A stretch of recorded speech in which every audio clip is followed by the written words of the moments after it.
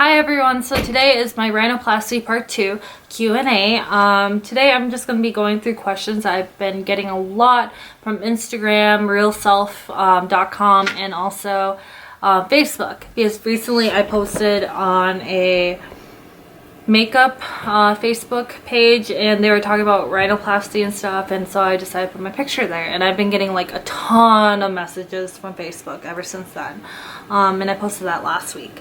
So I wrote down mainly the main questions I've been getting asked. That way we have sort of a structured video, that way I'm not rambling, because I do tend to ramble a lot, so this will kind of help a ton with questions. So hopefully this answers your question. If you have any new questions, definitely ask down below or contact me through Instagram. I don't mind answering back. So the first question I always get, why rhinoplasty? So the reason why I got rhinoplasty was all because, well, I've always wanted rhinoplasty my entire life, not gonna lie, but it didn't really hit to me that I did need it for health reasons until my dentist, when I was getting checked for my wisdom teeth, like how far it is, if I needed to get it done right away to get them removed. She found out that my nose was fractured because she saw it on the x-ray. She's like, whoa, have you seen your nose before? I was like, what are you talking about? She was like, did you recently injure your nose? And I was confused, so she sent me to a nasal specialist where they told me that I had a deviated septum, and also that the reason why my asthma was so bad was because I'm not getting enough oxygen into me, and also my brain wasn't getting enough. So that really helped influence me to really dive into rhinoplasty. And also my mom was along for the ride. She was the one who was like, we need to get this done. This is for your health. We're gonna do it. And my aunt also helped me with my consultations. So I was booking consultations around Minnesota, and I went to a bunch of different doctors, and every single one told me that they were not able to do my nose if I wanted more natural, because I didn't want anything foreign like a plastic object in my face, just in case it gets rejected. I wanted to do the rib cartilage method, where most doctors in Minnesota are not specialized in. They actually told me to go to Chicago or also California. So that's when I started doing more research, and I used realself.com about that.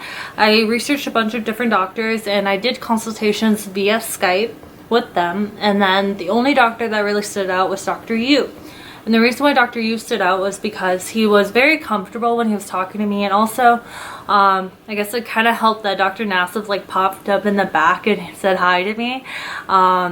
But other than that, it just was like a really chill, laid-back Skype consultation. It wasn't like very structured, like, oh, I'm gonna parrot back all these things that you want to hear to consult with me or like go through with it. So after that, I talked to my mom about the price, and then we were like, okay, sure, we're gonna go with this doctor. Since it is your face, we kind of need to do an investment. So rhinoplasty is an investment. It's not like waking up like, oh, I'm gonna get rhinoplasty today and you're gonna have all that money available. If you're rich, good for you. If you're not, this is gonna be a really big investment. It's basically I would say like almost a used/new car kind of amount. Let's see, how much did it cost you? That's the other question I get all the time. It cost me $14,500 for the surgery portion. The food plus living situation, that cost me extra like $6,000. So it ended up being around $20,000 for my entire rhinoplasty. And it was worth it. I used Airbnb instead of staying in a hotel, because if I stayed in a hotel, that would have cost me so much more, and plus you don't know how clean hotels are. And I kind of trust more of Airbnb because it's like someone's home, but they have to meet up to the standards of Airbnb. And every Airbnb stay I've had has been the most amazing experience ever. When I was staying 2 weeks in California with Airbnb, I stayed with a man named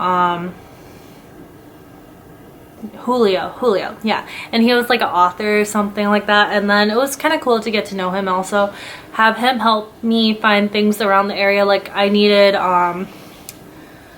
fast nutrition ointment and all that stuff, Q-tips and all that stuff, and he was like helping me kind of get those stuff because it was really hard for me to go around. But I did have Brian, my boyfriend, there with me, and I definitely recommend, if you're doing rhinoplasty, have one person helping you take care of you after surgery, because doing everything by yourself it's really hard. It's really hard.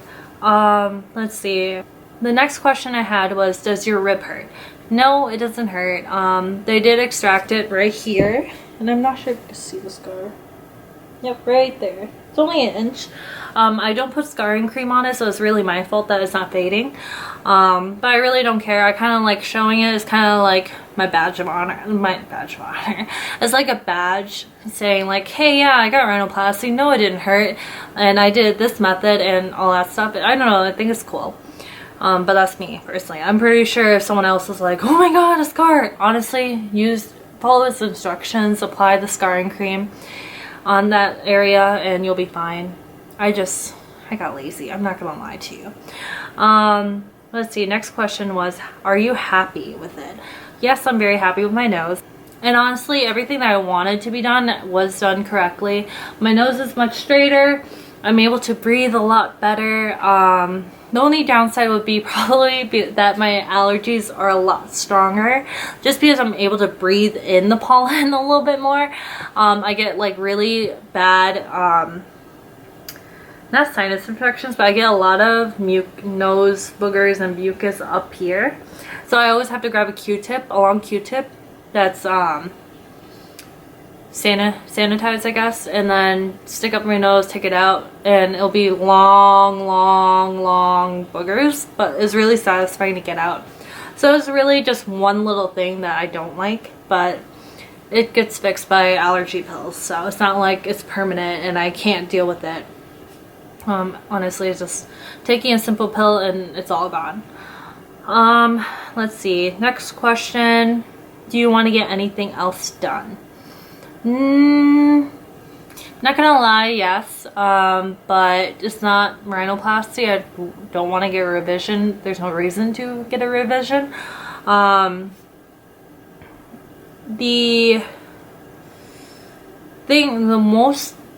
number one thing I would want to get done is probably my jawline, because I feel like my face is just a little bit too square, I guess.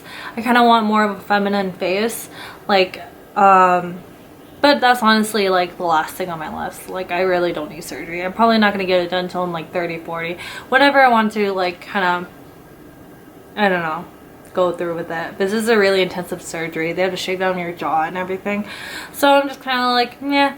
But otherwise, yeah, I do, but then again, I don't really need anything else. Has rhinoplasty changed your life? Yes, it has. I feel like I'm more confident, and I feel like I carried myself a little bit more confidently also, because I'm not having to worry that people are staring at my nose, because before I had a beak-like nose, and I was like, oh my god, this person's judging me. Oh my god, they think I'm probably ugly or something like that. Because when I was younger in elementary school, this child said to me like, oh, you're a witch. You have a witch's nose. And that stayed with me. And like growing up, everyone teased me about my nose. Everyone was like, oh, you should just get a hammer and just crush it down or something like that. And this really has changed my life personally. I'm more confident. I'm getting to do more in life and enjoy it a lot more than I did before. And once you get that feeling of empowerment, let's see, what are essentials while you're healing? Like, what do you need? So I would suggest having a ton of